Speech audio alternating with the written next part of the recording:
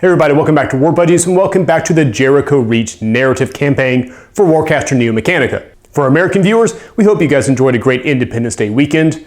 For our non-American viewers, you may have noticed that we were kind of rowdy and explosives and drinking and, well, more than usual at least.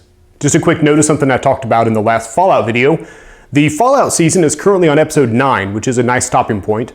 So I'm going to pause that narrative and pause work on that and turn and devote my attention to finishing the last 3 episodes of Warcaster. This is episode 8 and we've only doing 10 episodes. So we are almost to the conclusion of the story. I got really big ideas I want to make happen. So I'm going to be putting all my energy into that for the next few weeks.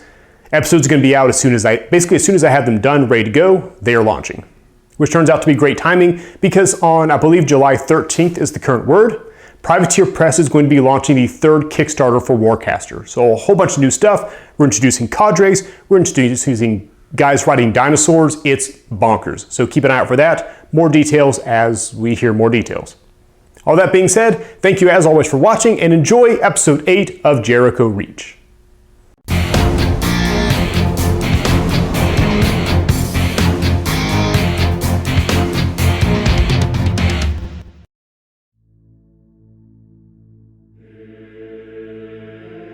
The marchers call it sunset.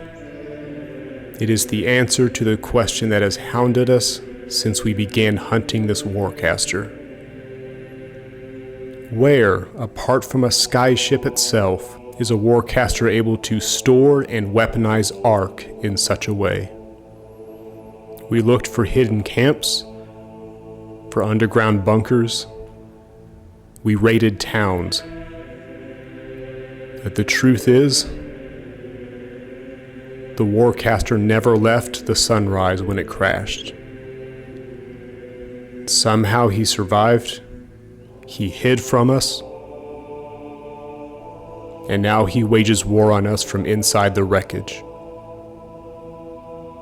This ends now.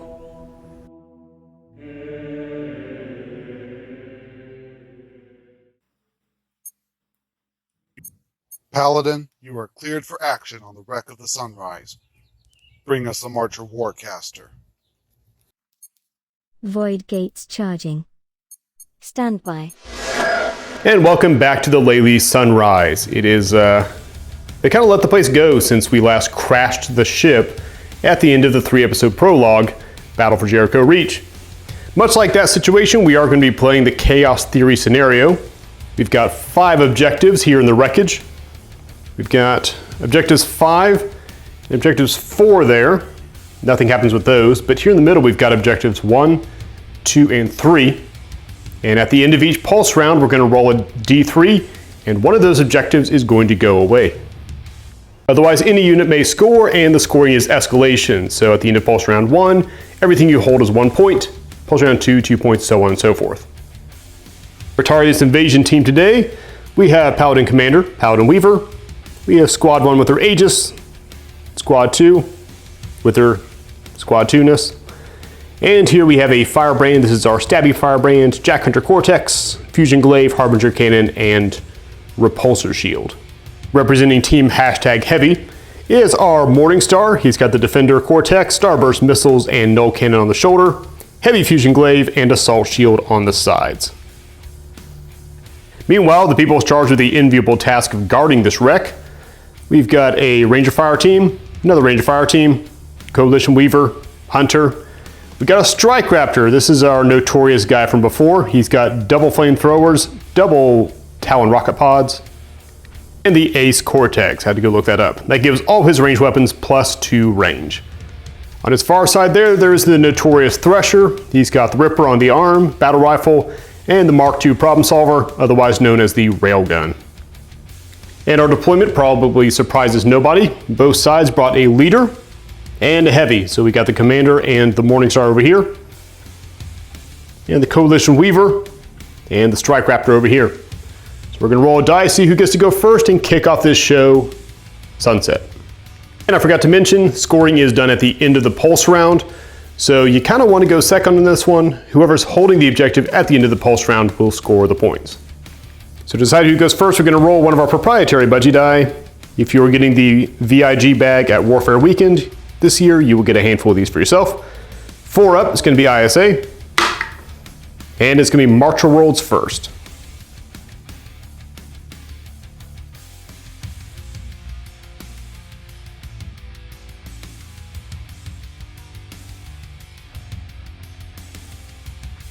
Marcher Worlds Warcaster will drop an arc onto the Strike Raptor, and will also play Divination Algorithm, extending the range and power of all his weapons, making his rocket pods now range 15 between this and the Ace Cortex.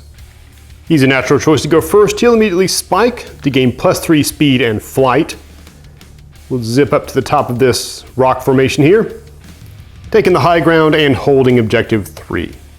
Range 15 on his guns doesn't quite give him jurisdiction all the way over here, but his threat range is now essentially right about here. So hopefully he can hold Overwatch over most of this board right now. Coalition Weaver at speed 6 is going to move a bit more cautiously, coming up to this gap here. His main purpose in life right now is to drop gates where they need to be. Nothing going on the Cypher Garage right now, so he will jump to the obvious choice and put a 5 arc gate, mark running away, right there on the walkway. And he's going to make the obvious play and drop a 5 arc gate just out of sight. Nothing more to be done there. We're going to jump over to ISA. ISA Warcaster will put an arc onto the Morningstar, and we'll drop Ascension Catalyst on him and get him moving. +2 speed, plus flight. It gives him an 8-inch move with flight, which he will take to soar right over here, landing forthwith. Most of his ranged weapons are range 14, so he's going to fire up and see if he can start chewing some wounds off of this Strike Raptor. In the Null Cannon, he is Rat 4 with 1 arc charge. Good, solid opener, 4 strikes. Strike Raptor's defense 2 since he is not charged, but he is in cover for having the high ground. So 4 strikes versus... Oh, wow. 4 strikes get through. The Null Cannon is POW 5, going against Armor 5. And he takes 1 health. Morningstar is mighty displeased with that show, and he's going to fire his Starburst missiles. Still charged. Now the Starburst missiles let you re-roll once if you don't like the roll. 4 strikes. Yeah, he's going to re-roll it. We'll be bold. Probably going to be a mistake. Oh, wow, there we go. 7 strikes. 7 strikes versus 6 strikes get through. Whatever is left of this ship, we are going to tear it down when we're done here. POW 4, 6 strikes got through. Armor 5. Now let's see what we got. 1, 2, 3, 4, 5. 2 more down. He's got 1 health left. Meanwhile, the commander is going to hustle over here so she can hang on to objective number 1. Final Cypher card, we're going to throw Aggression Theorem onto the Morningstar, give him another round with the Starburst missiles. Since that worked out pretty well beforehand. Okay, no, that's a good roll. That is 6 strikes. ISA really does not want to give this guy an opening salvo. Oh, he blocks all but 1. All right, Armor 5, POW 4, 1 red die. But all we have to do is get 1 health off. Here we go. And just missed it. Armor 5, 4 strikes. He will live another round. Auto Commander is going to mirror her colleague on the other side. Drop a gate with 5 arc. Brings us to the end of turn 1. Opening salvo is absolutely incredible from the Morningstar. At the moment, we're each holding 1 objective. And we're going to move on to turn 2, March a World. Since there's only 2, we're going to go and remove everyone's activation tokens and get on with our lives. Arc goes to the Strike Raptor because he needs to get some work done here in a second. And he's going to open up just to see if he can give the Weaver some room to maneuver here and throw everything into the Morningstar. Yes, that includes his now 13-inch flamethrowers. Flamethrower number 1. Okay, off to a great start.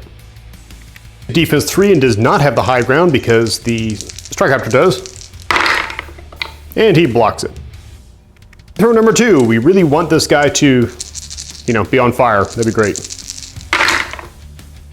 Flamethrower number 2 does a bit better, 4 strikes. Defense 3. And 2 get through. The Flamethrower is POW 3, going against armor 5 since he has a shield. Oh, looks good. He takes a point and, more importantly, is on fire. And John's brain is happy. He is going to spike to use Impulse Reciprocator. He has been targeted and hit with an attack, so he gets to retaliate. He just is not going to have an arc, and he's on fire. He's going to go with Rat 3 and the Null Cannon, because it is slightly punchier on the attack. Oh boy. Now Strike Raptor has 1 arc, so his defense goes up to 3, and he still has the high ground, so he just needs to show 1. He's fine. That means it is Rocket Pod o'clock, going into the Morningstar, shoulder number 1. Okay. I think the blast weapons, right? Defense 3. He blocks it. 4 times. A POW 4 against armor 5. He's fine. Final shot, second rocket pod, still into the Morningstar. Man. Earlier shooting really knocked his targeter loose, didn't it? Defense 3. Blocks it. POW 4 blast. Oh, the POW 4 blast gets through. Who'da thunk? Morningstar has now taken 2 health, but the big victory is that he is on fire. Well, the Weaver is getting the sense he probably should not be in this crossfire, so he's going to move 4 inches forward. We give him a little 2-inch climb to scamper up here. Going to be incredibly optimistic and shoot his little handgun into the Morningstar.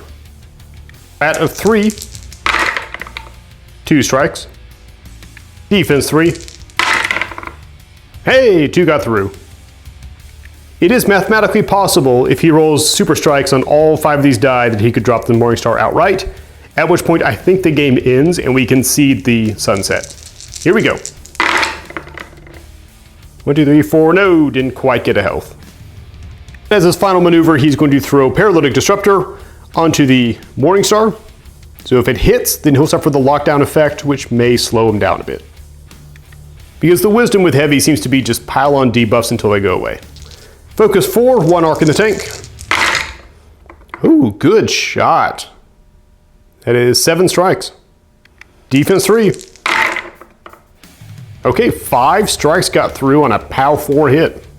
Okay, he's got slightly better odds of wounding the Morningstar this time. I just dropped a dice. Yeah, it's kind of hard to do one-handed. Here we go, armor 5. All right, 1, 2, 3, 4, 5. 1 more health down, and he is locked down. Morningstar, much like his compatriot up the top, is down to his last health. So we have burned through almost 2 heavies in the first turn and a half. But now it's time for reinforcements, so insert sound effect here. Unleashing a Dusk Wolf, a Hunter, and a fire team. The Weaver will then drop another gate. Roughly here, get it some sort of cover. He's going to put another 5 arc on here with the assumption that the Strike Raptor is probably going to be deleted in the near future. And he just wants to make sure they can re-summon him without too much trouble. There you go. Start the ISA turn, we remove the activation tokens. Warcaster is going to put an arc back onto the Morningstar.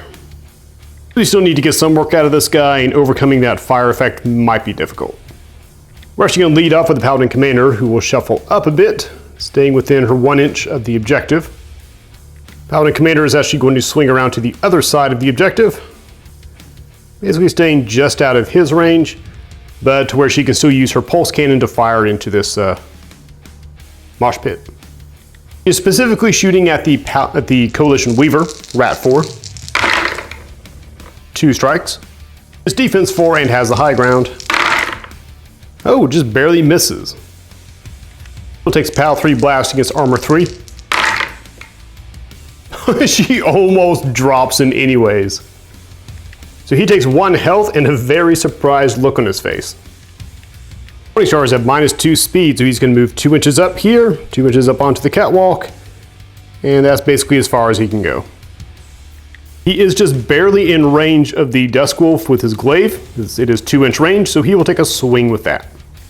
Actually going to start with the shield first, just to make sure we can keep our order of operation correct with that charge. So he's normally mat 4 down to mat 3 because fire +1 arc. Shield bash is 3. Duskwolf has defense 3 and blocks it. Going to fire his null cannon up into the strike raptor at 3 with an arc charge. 5 strikes, promising. Strike raptor is in cover for the high ground and +1 defense for the arc. Oh, and 1 gets through. All right, POW 5 with one red die, just trying to crack armor 5. He cannot do it. Since he hit, he does remove this arc. This is one of those tough calls because he's still got his starburst missiles, which he could fire up here. It's decent defense, he's down to defense 2 with cover. Or he could fire it into this whole cluster right here. These guys are the more immediate threat, but he's also on an objective, and hypothetically, these guys would not be able to get up there in time. So, tough call for the Morningstar. He's gonna try to shoot the Strike Raptor just to deny them that objective. So, here we go. 1 arc, rat 3 because fire. And we are not re-rolling that for Starburst. Holy crap. 7 strikes. Down to defense 2 and cover because he's lost his arc. Oh, only 2 get through, and the Starburst is only POW 4. He's got to show a 5 on these dice in order to drop him. Here we go, armor 5. And it's just enough. He'll spiral up, take off his leg, he stumbles a few steps, and then tumbles off this rock cliff. Then he'll finally put the fusion glaive into the Duskwolf. Mat 3 because fire, and still an arc charge. No, that's not very promising. 2 strikes. Duskwolf defense 3. He blocks it. Saving that one in the hopes of putting a system failure effect onto the Duskwolf, but oh well. He will probably not live to see the end of this turn. Just to add to plot twist, the final cipher card will be Eschatonic Well. So the commander is going to drop a free Void Gate. I say free, just out of order, I suppose. And we're going to put it, we're going to tuck it up here. And we only have 1 arc left to put on it, but that's really all we were hoping to put on it. It is now time for reinforcements. So this gate is going to spit out a Weaver. This gate is going to spit out almost everybody else. So we got Squad 1 with their Aegis and the Firebrand. We are just missing Squad 2 from the board now. Speaking of, Paladin Commander drops a 5 arc gate right down here. That wraps up turn 2, so we're going to move into turn 3 and see how we do. Marcher Worlds have lost control of their objective, but they are well placed to probably contest, if not control, objective 2. We'll see how that works out for them. ISA is in charge of objective 1 and unlikely to be moved from it, we'll see. But otherwise doesn't hold anything. Now at the end of this pulse round, each thing's only worth 1 point. So let's move on to turn 3 and see how we do. Marcher World's Warcaster will put an arc onto the Ranger Fire team. We'll try to throw Velocity Projector onto the Morningstar. Focus 4, 1 arc in the tank. 3 strikes. Defense 3 on the Morningstar. And 2 strikes get through. He is slinging 3 inches straight back, drops down. It's only about 1.5 inches, so he would take a POW 1 hit, which would do nothing. The real question is, can the Weaver crack armor 5 with this roll coming at you? He cannot. Morningstar lives. The Hunter is going to move first. He's going to scamper up 2 inches onto this ledge and just move a few inches forward. Tuck himself in behind those barrels and put a shot into, you guessed it, everyone's favorite, Morningstar. Use your Rat 6 because he's a hunter and they do not care about your physics. 3 strikes. Defense 3 in the Morningstar. 3 strikes, he blocks it. This is the Morningstar that would not die, folks. All right, the Ranger Fire team is going to shuffle in, hustle up onto here, ending up approximately here. And it is now their job to hold this objective against all that firepower. You guys up front are going to put shots into Squad 1 because they don't want that Aegis to power up. First shot, Rat 3, 1 arc charge. 3 strikes. Defense 3 on the Paladin. 2 get through. Power 4 against armor 3. And he's down. Sad day to be an Aegis. Number 2 into the trailing squad member. Come on. Only 1 strike. Defense 3. He's fine. He's very fine. And the last guy is going to continue the time-honored tradition of shooting at this stupid Morning Star. Because frankly, he doesn't really have any other targets right now. Oh, there we go. Here's the hero we deserve. 6 strikes. Gonna get a field promotion to Hunter here in a second. Defense 3. Yeah, I think he got him. 5 strikes getting through. All right, whole bunch of dice going against armor 5. Oh, he just barely got him, but he got him. So some rocket pods and flamethrowers and all that kind of stuff, and it is a handgun that finally brings him down. As our final Cypher card, we're going to use Conviction Countermeasure on that same squad. They get +1 defense, and since they are securing an objective, they will get to re-roll their defense rolls for this turn.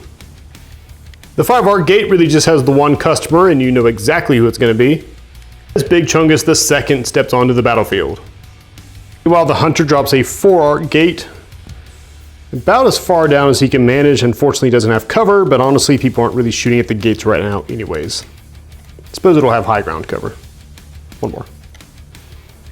That is it for Marchers. They are pretty good position. They're very central here, only holding the 1 objective right now, but everyone but the Duskwolf is on the board, and the only person who's been injured really is the Weaver. And they finally got rid of that stinking Morning Star. As much as the Firebrand really wants to get into the business here, Squad 1 is going to receive the arc charge.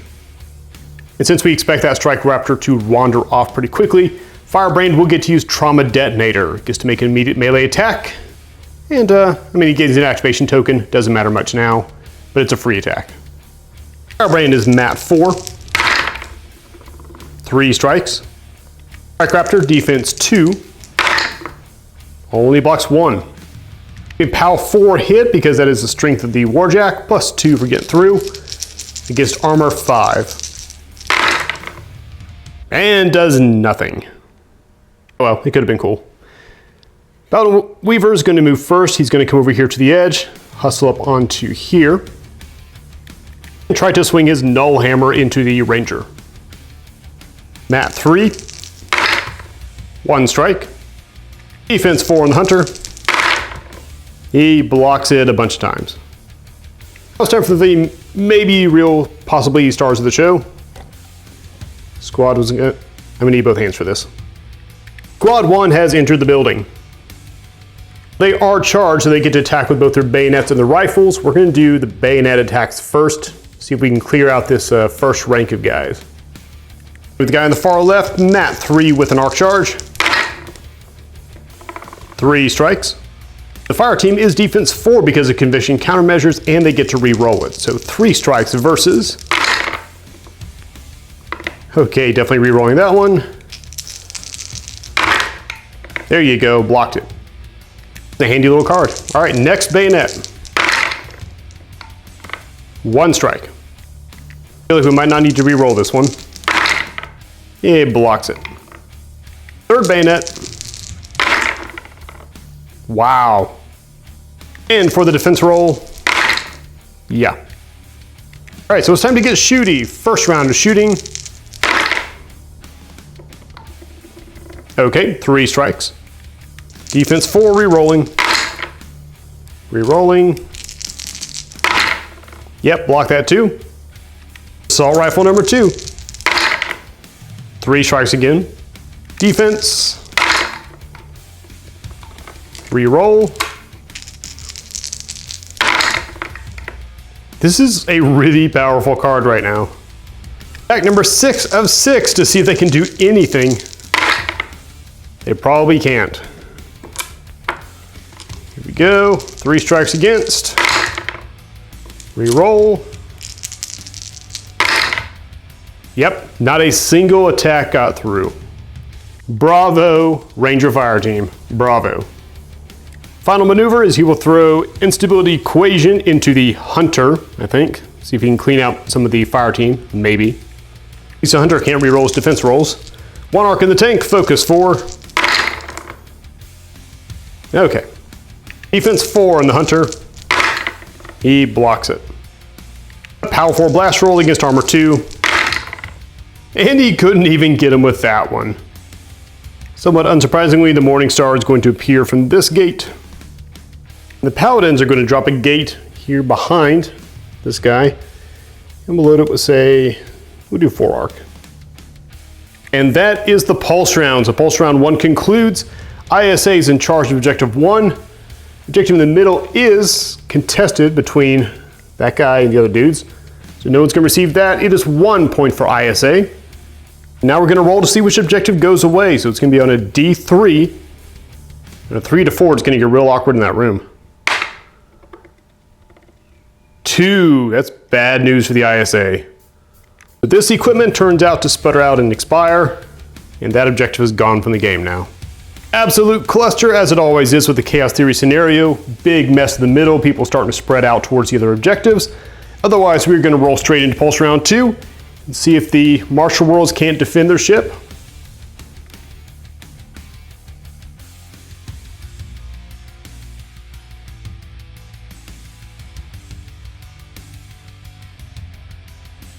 Start of the Martial World turn, they're going to elect not to charge anyone. Actually pull 2 arc off of this gate, leaving it with 2. And then use everyone's favorite Arcane Synthesis to load 3 arc onto the Strike Raptor. Weaver is going to go first as the solo. He's going to drop down. Again, it's a POW 1 hit, so he's fine. Hustle over, and then spend 2 inches going up. There we go. So he is now on the rock. Just out of spite, he's going to shoot his handgun at his opposing Weaver. Rat 3.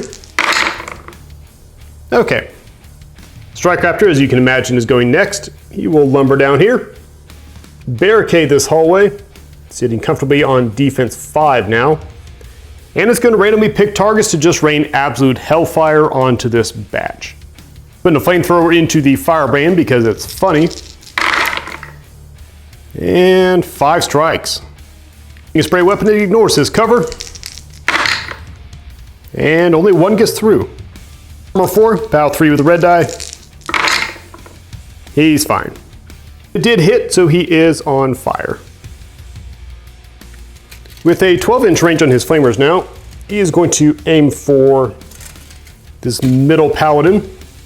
He's going to catch the paladin next to him, but not cook any of the rangers. Hitting the nearest paladin with a lot of strikes. Defense 3.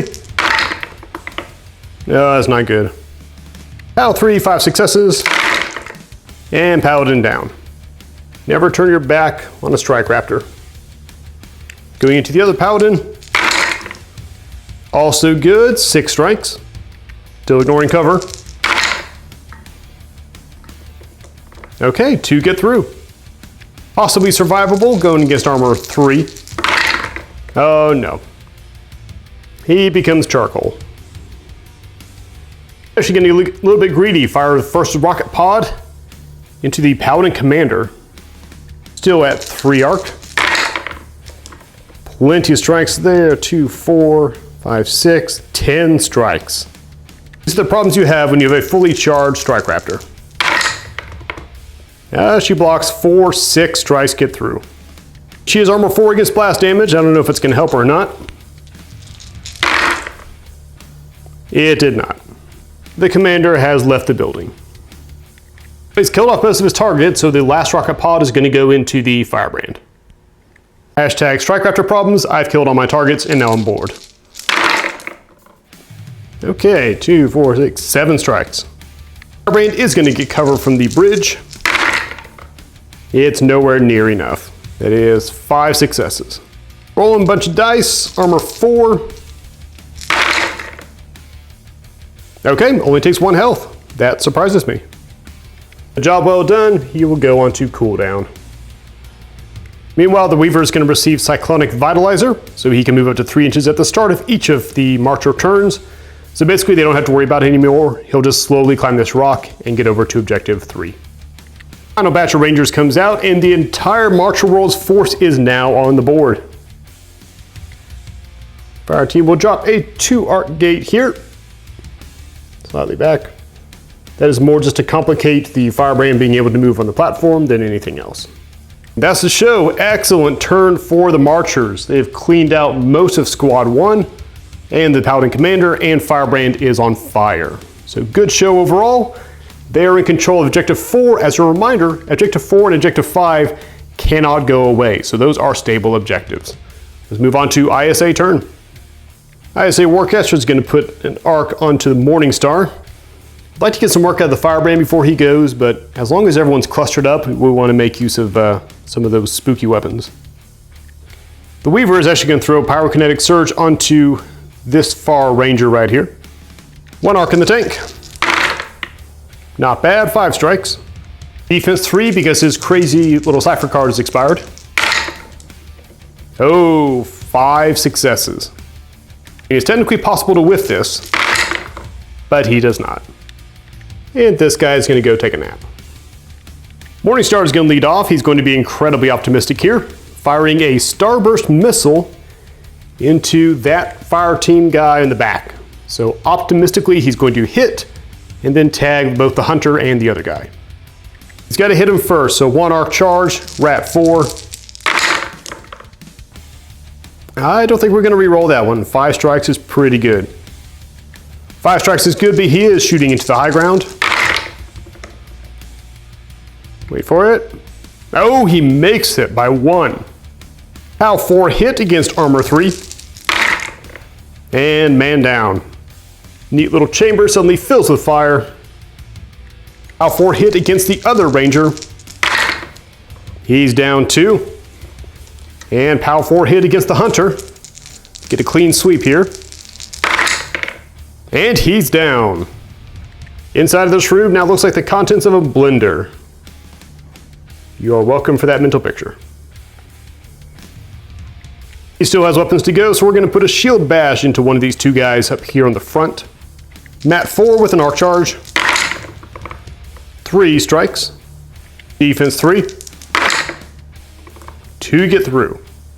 Shield bash at Pal 4 because that shield is bigger than its target is. And he survives. In the glaive into one of the guys on the end who's kind of blocking his way. Okay, only 1. Defense 3. And blocks it. You are hilariously bad at close combat for being a giant stompy robot. No cannon. No cannon, same target. That's more like it. 4 strikes, but he is shooting high ground, so here we go. And he misses. Also, absolute devastation. No result whatsoever. He's kind of hoping to clear those guys out so he could get to objective 5, but as it is, he's just going to have to shuffle up right up against the bridge, and that's all he can do. The Weaver, however, is going to shoot his little handgun into the Ranger squad. Hitting on rat 3. 2.5, 2 3/4, 2.78. Nope, just 2. Defense 3. And blocks it. For his movement, he's going to run in here, off to the side, plant his foot on the objective, and hope he can get some sort of cover. Warcaster then uses Impulse Inducer to strip away the activation token from the Morningstar, as this gate starts to rumble and is about to eject a whole party. And here's the party. Squad 2 has arrived. They brought their own Aegis, and we've got the Paladin Commanders back on the field. Last Paladin for Squad 1 will drop a gate here with 3 arc, sort of a blocking maneuver, much like they did over there.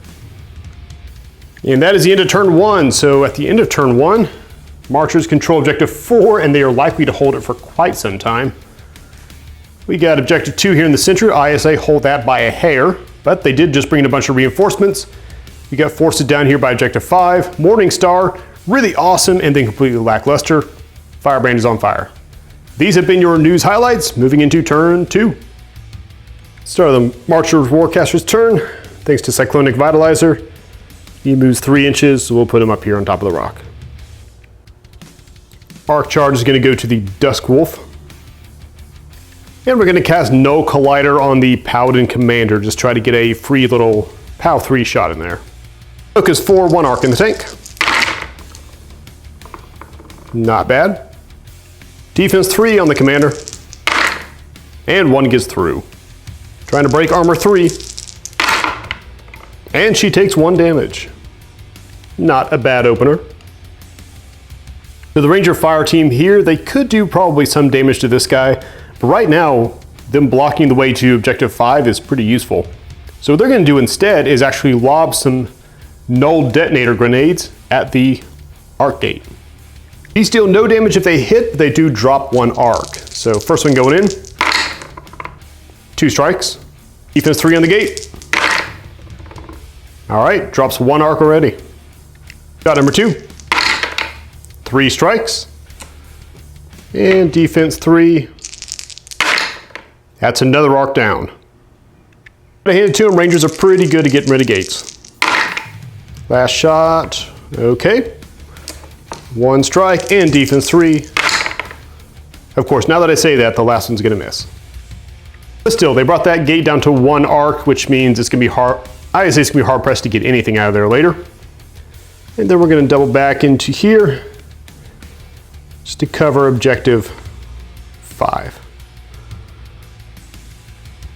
They are no longer blocking this bridge, so we're going to use Cortical Rampager. And the Dusk Wolf is going to immediately move 5 inches. Pre-measured that out. 2 inches up, 2 inches up, and then 1 inch over. Just to continue blocking off this bridge to stop the Morning Star from swinging his glaive at these guys. 8 over here has enough to bring out the other fire team, which it does. And then he's going to drop a gate right up here with 2 arc, expecting to bring out the Hunter relatively soon, because he'll be a great person to cover this spot. I say Warcaster is going to put another arc onto the Morning Star, and it's going to add Plexus Densifier to Squad 2, giving them +2 armor, -1 speed for the rest of the pulse round. We'll start off with the Paladin Commander firing her shoulder cannon into the freshly arrived squad. Rat 4 on the shoulder cannon. Nice, 5 strikes. Defense 3 on the fire team. Oh, this is gonna sting a little bit. You might feel a pinch. Yeah. Guy next to him, armor 3. He's fine. And the third guy, armor 3. Maybe. Just got him. We're going to remove you. And you. Thanks for playing. The Commander will then hustle over to the rock. Start to follow the example of the Weaver.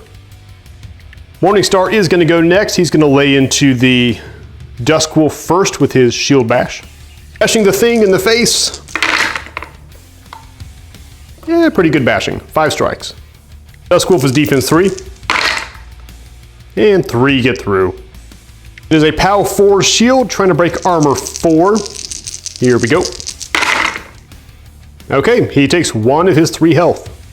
Gonna follow up by shooting his Starburst missiles into this little crowd. If he can replicate his little trick from earlier. Starburst missiles, re-rolling if we don't like it.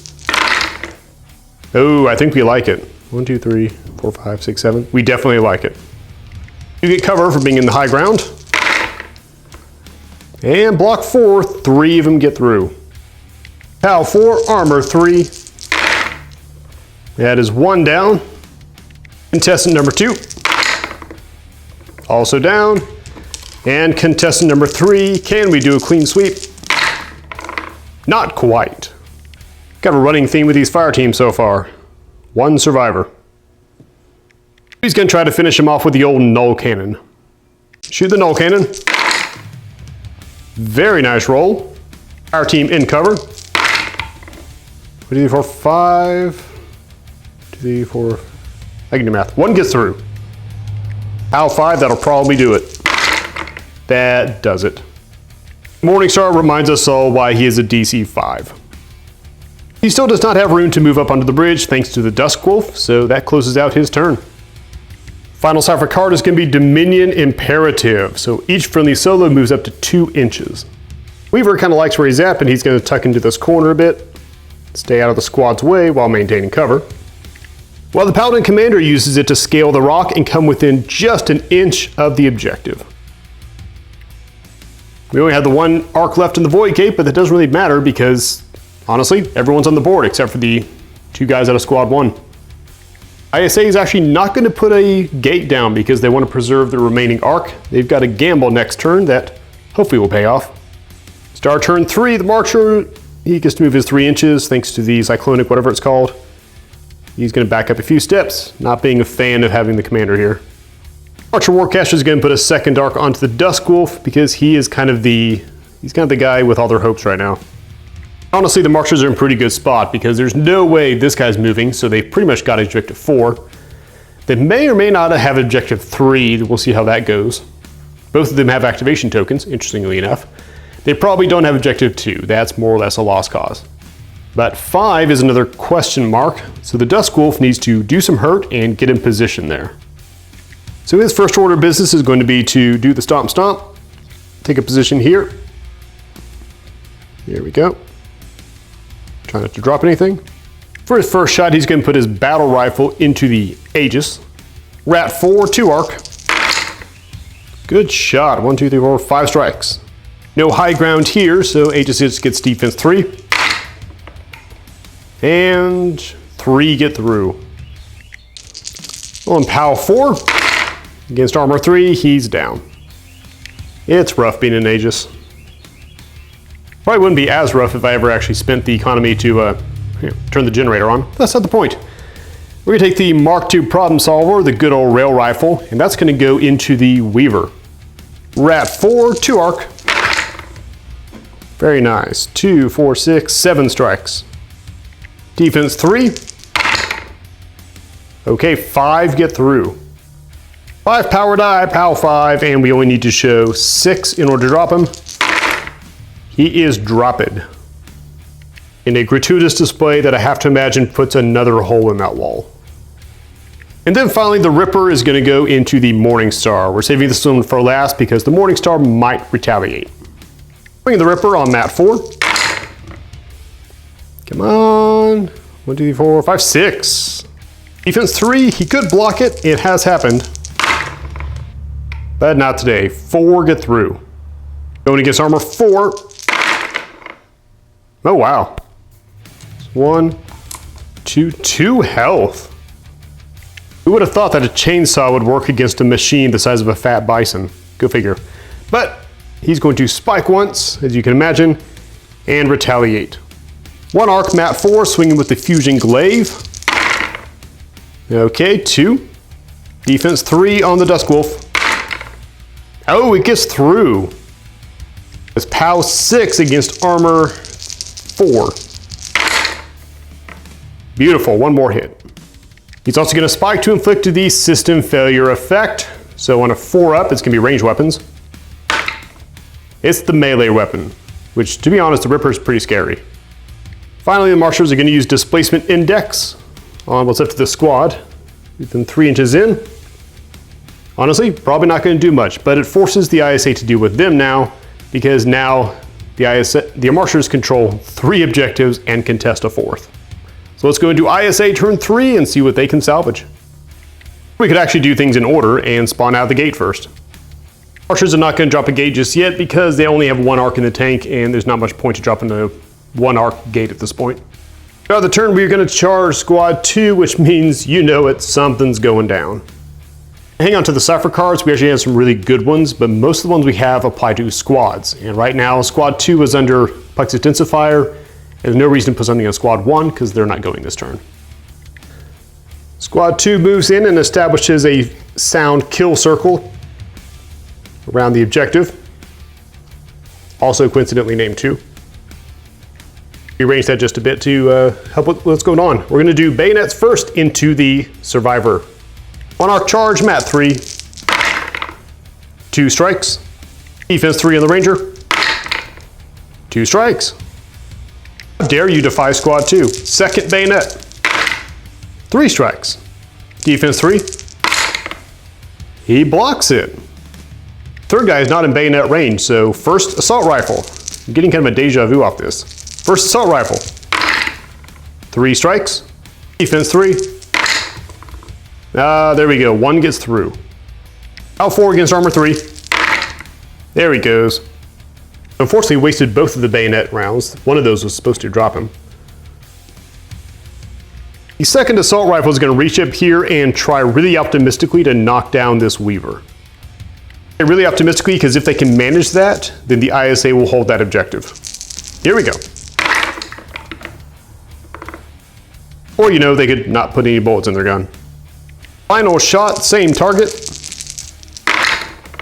There you go, 5 strikes. The Weaver is defense 4 and in cover for being on high ground, so we'll see how this one plays out. 1, 2, 3, 4, 1 gets through. Assault rifle, POW 4, 1 got through, looking for break armor 3, 1 time. There it is. And long, slow scream, tumble off the cliff. You know how the dramatic moment goes. The hope, by the way, was that third guy with the rifle, instead of shooting that squad member, would be able to put a shot into this guy. So we're just going to run a quick hypothetical. Hypothetical shot into Duskwolf. 4 strikes. Hypothetical Duskwolf defense. 2 strikes. Hypothetical POW 4. See, they could have dropped. If those bayonets had worked, they could have dropped this guy and denied that objective. And drop a gate down here on bridge number 4 with 3 arc on it, in the hopes that they can make a bold play forwards. There we have it. At the end of pulse round 2, Marshals are going to score 2 points for objective 5, 2 points for objective 4, bringing them to 4 points total. ISA scores 2 for objective 3 and 2 for objective 2, bringing them to 5, so still leading by 1 point. The problem is, one of these 2 is about to go away, and 4 and 5 are going to stay. On 1, 2, or 3, it'll be objective 2. It is objective 3 that disappears. This whole bastion is now mostly worthless. That sets us up for pulse round 3. So what a freaking game so far. We still have this absolute monster fortifying objective 4. Kind of losing their grip over here on objective 5. And then a whole cluster there in the middle. Now we've got a bunch of marchers who are ready to come back onto the battlefield. Let's see how they do in pulse round 3.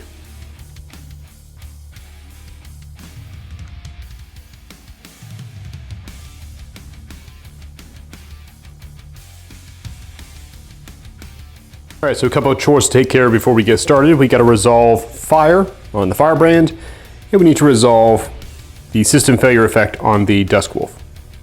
Starting with the Duskwolf, does the effect go away? No, his Ripper is still offline. And for the Firebrand that's on fire, how bad is the fire? Oh, the fire's bad. Very, very bad. It actually cooks and melts through his joints, and he crumples to the ground. All right, so let's talk strategy real quick. We're down to the last 3 objectives. They're each worth 3 points at the end of this pulse round.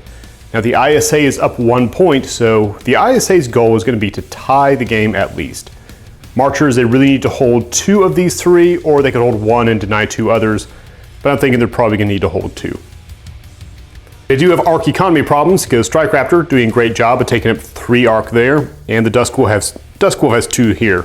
He's only got 1 health left, so maybe that'll free itself up here shortly.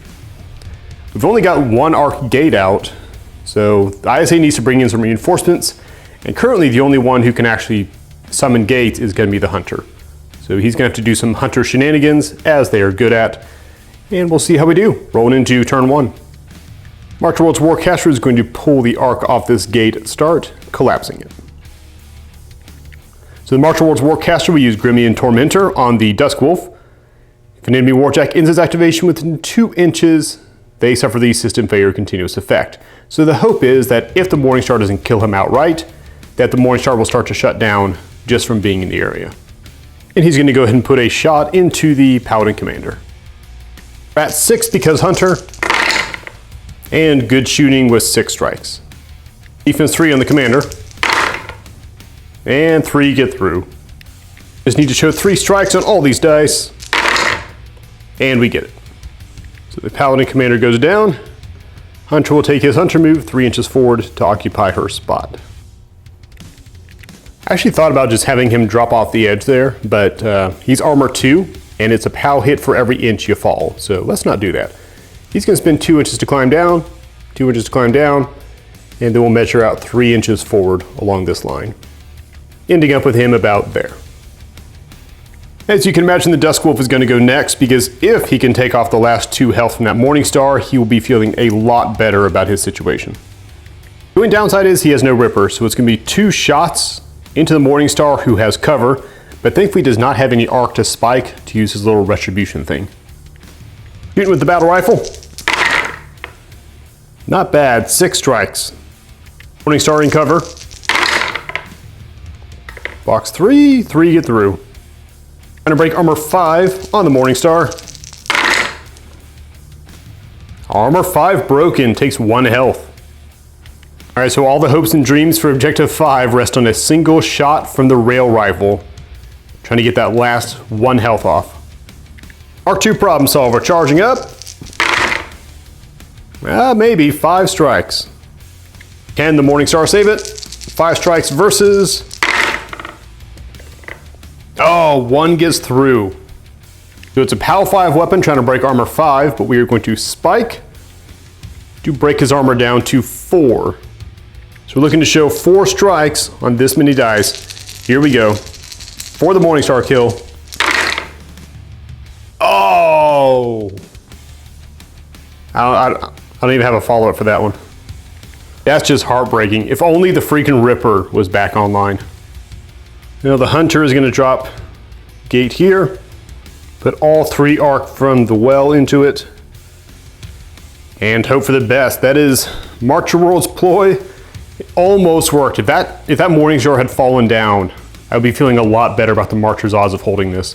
Because remember, this Dusk Wolf is on his last leg. Maybe he'll get some reinforcements there. We'll see how it all pans out moving into ISA, turn 1.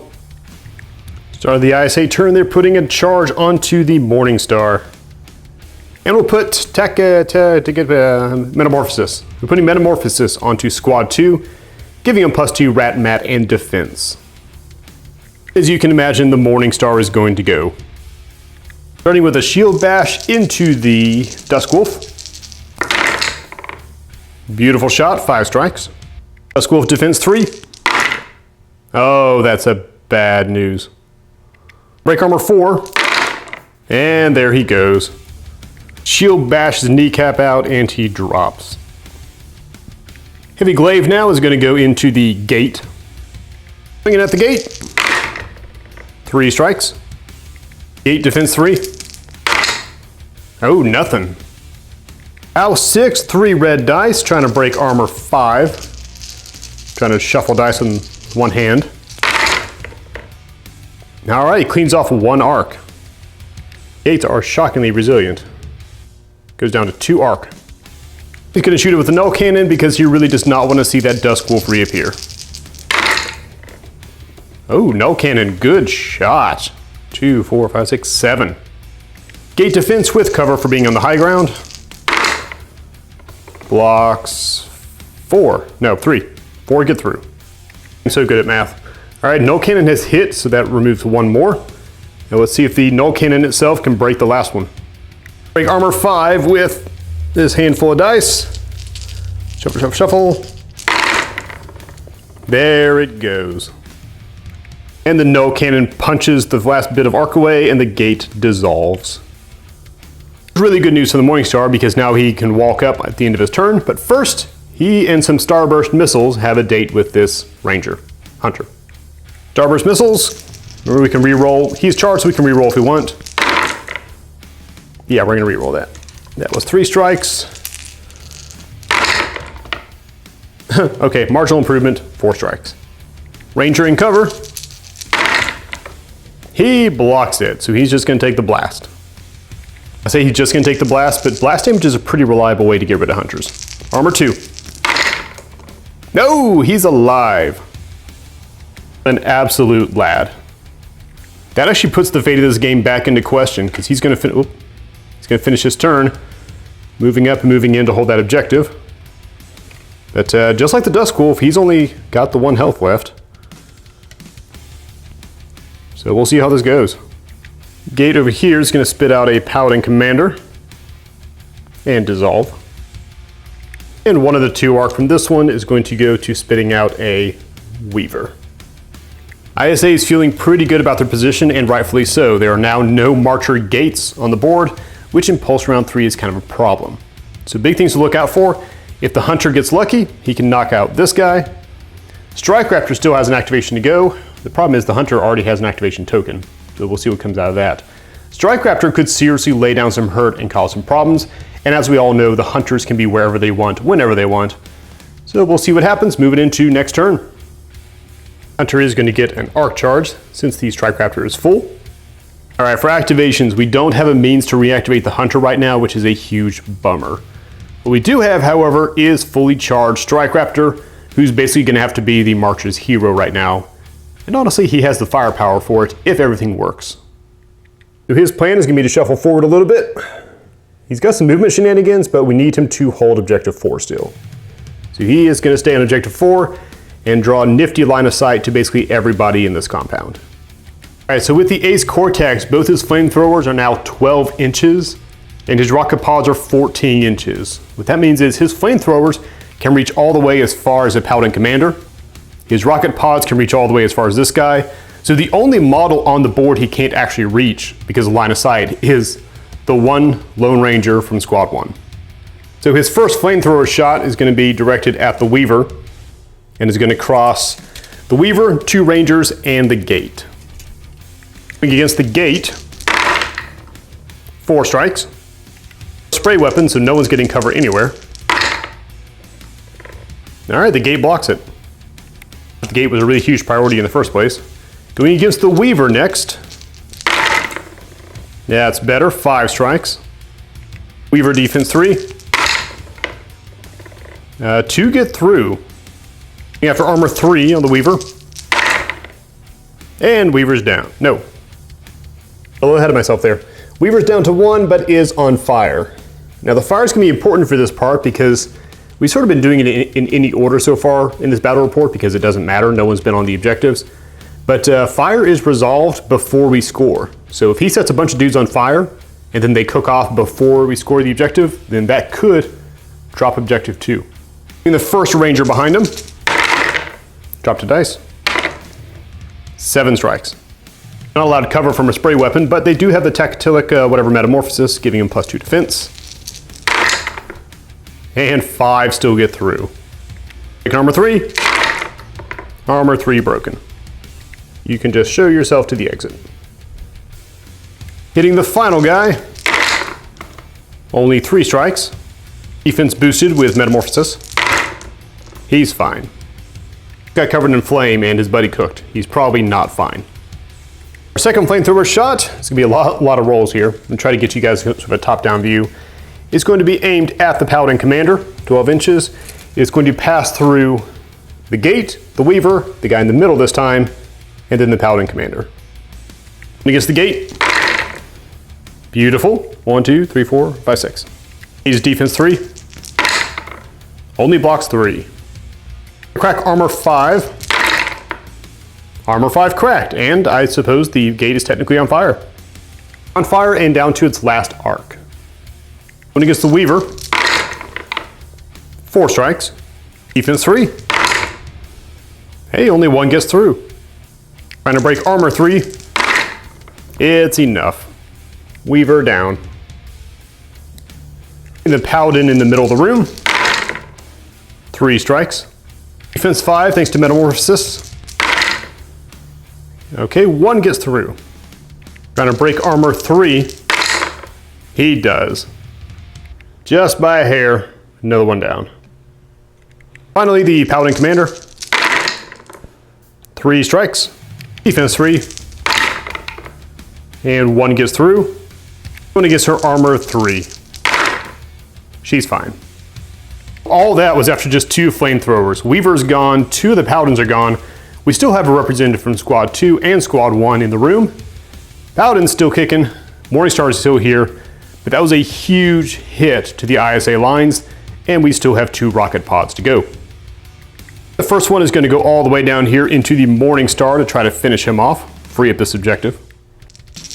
Coming in 3 arc still.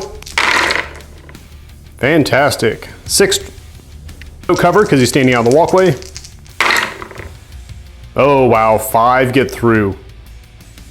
No chance he could whiff this going against armor 5.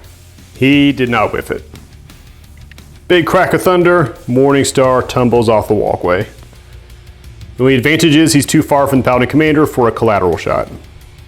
For the final shot with the rocket pod, he's actually going to go into the last surviving guy of Squad 2, see if he can finish off, clean that room out a little bit. Not sold on the fact that a Strike Raptor fully charged is an absolute monster, this should probably clue you in. Here we go. 4 strikes. Still under Metamorphosis. He blocks it, he'll just take the collateral. Got POW 4 going against armor 4 because of compound armor. He gets him anyways. Squad 2 has left the building. And that is the final tally for that absolute rampage from the Strike Raptor. The only things left on the board is this one guy who's been hanging on this whole fight, hunkered in this doorway, and the Paladin Commander currently on fire. Now that we're back down to 4 models on the board, which is the lowest it's been since the game started, there's no point to dropping gates now because anyone they summon they won't really be able to use. So it's going to come down to the Hunter and the Strike Raptor. See what they can do against the Paladin Commander and the squad guy. I say Warcaster is going to put an arc onto the Commander because they might as well. Warcaster is going to use Consecration Directive on this sad little guy over here. So while he's securing the objective, he will add a power die to his defense rolls and he gets to retaliate when he is missed by an attack. Since the ISA is leading by 1 point, their strategy is to try to tie the round. Strike Raptor is dangerous, but he can only hold 1 objective. So the thing is, they need to have someone on 2 and 5, and then hope that the flames don't murder the Paladin Commander. With that in mind, the Commander is going to go first, firing her pulse cannon into the Hunter. She's down to Rat 3 because she's on fire, and that's an unpleasant experience. Oh, she gets a good roll anyways. Defense 4 on the Hunter. This is bad. 3 against armor 2, and the Hunter checks out. That is some potentially bad news for the Marchers. The Commander then runs as far as she can, getting away from the guns, maybe, bringing her fire with her, to hold objective 5. Meanwhile, Squad 1 guy really does not want to do any of this, but he's going to move out because he has to. Yeah, couldn't hold the objective from where he was. So he's going to tuck into semi-cover, not that matters against the flamethrowers, and he will shoot the Strike Raptor. If he kills this thing, somehow, I'm going to repaint his base to add him to Squad 2. Coming in with Rat 3. Yeah, that's probably not going to work out for you, buddy.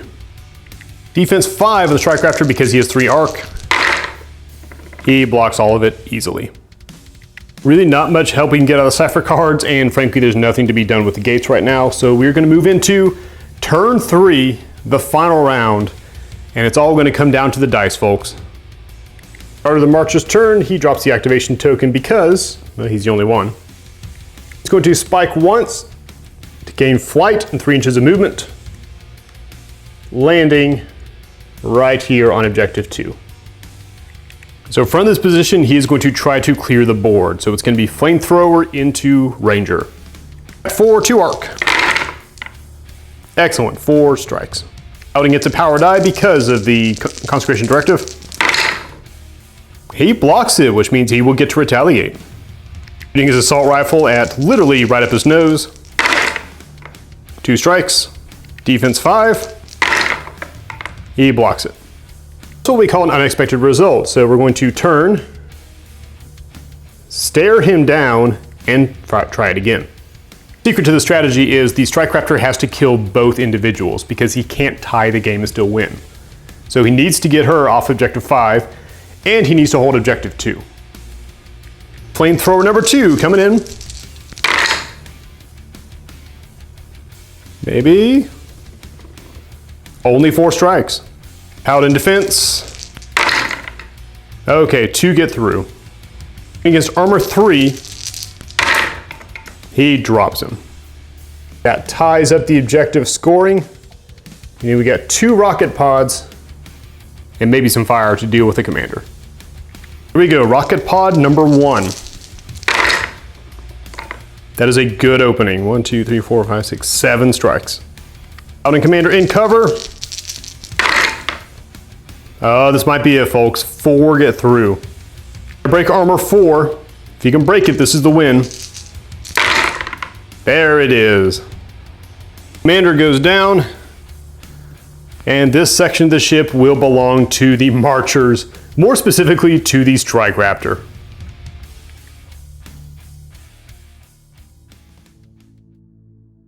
Squad 2, hold them back. I'm going after the Warcaster. You, hands in the air.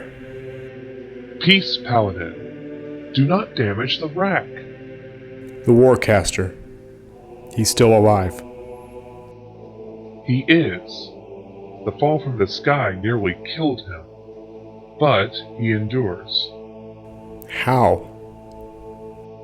He endures because he refuses to give in. He defies your alliance, and he defies the Continuum's plots. He will do so until he can no longer. Someone once told me that Warcasters were the champions of humanity, and that we would need them again soon. Perhaps. But they, like us, are still only human. So they are. Lawgiver, Taria. Sunset is secure. There's no sign of the Marcher Warcaster. Copy, Commander. Lawgiver out. The Warcaster will live, Marcher. But I have one more fight to demand of you all.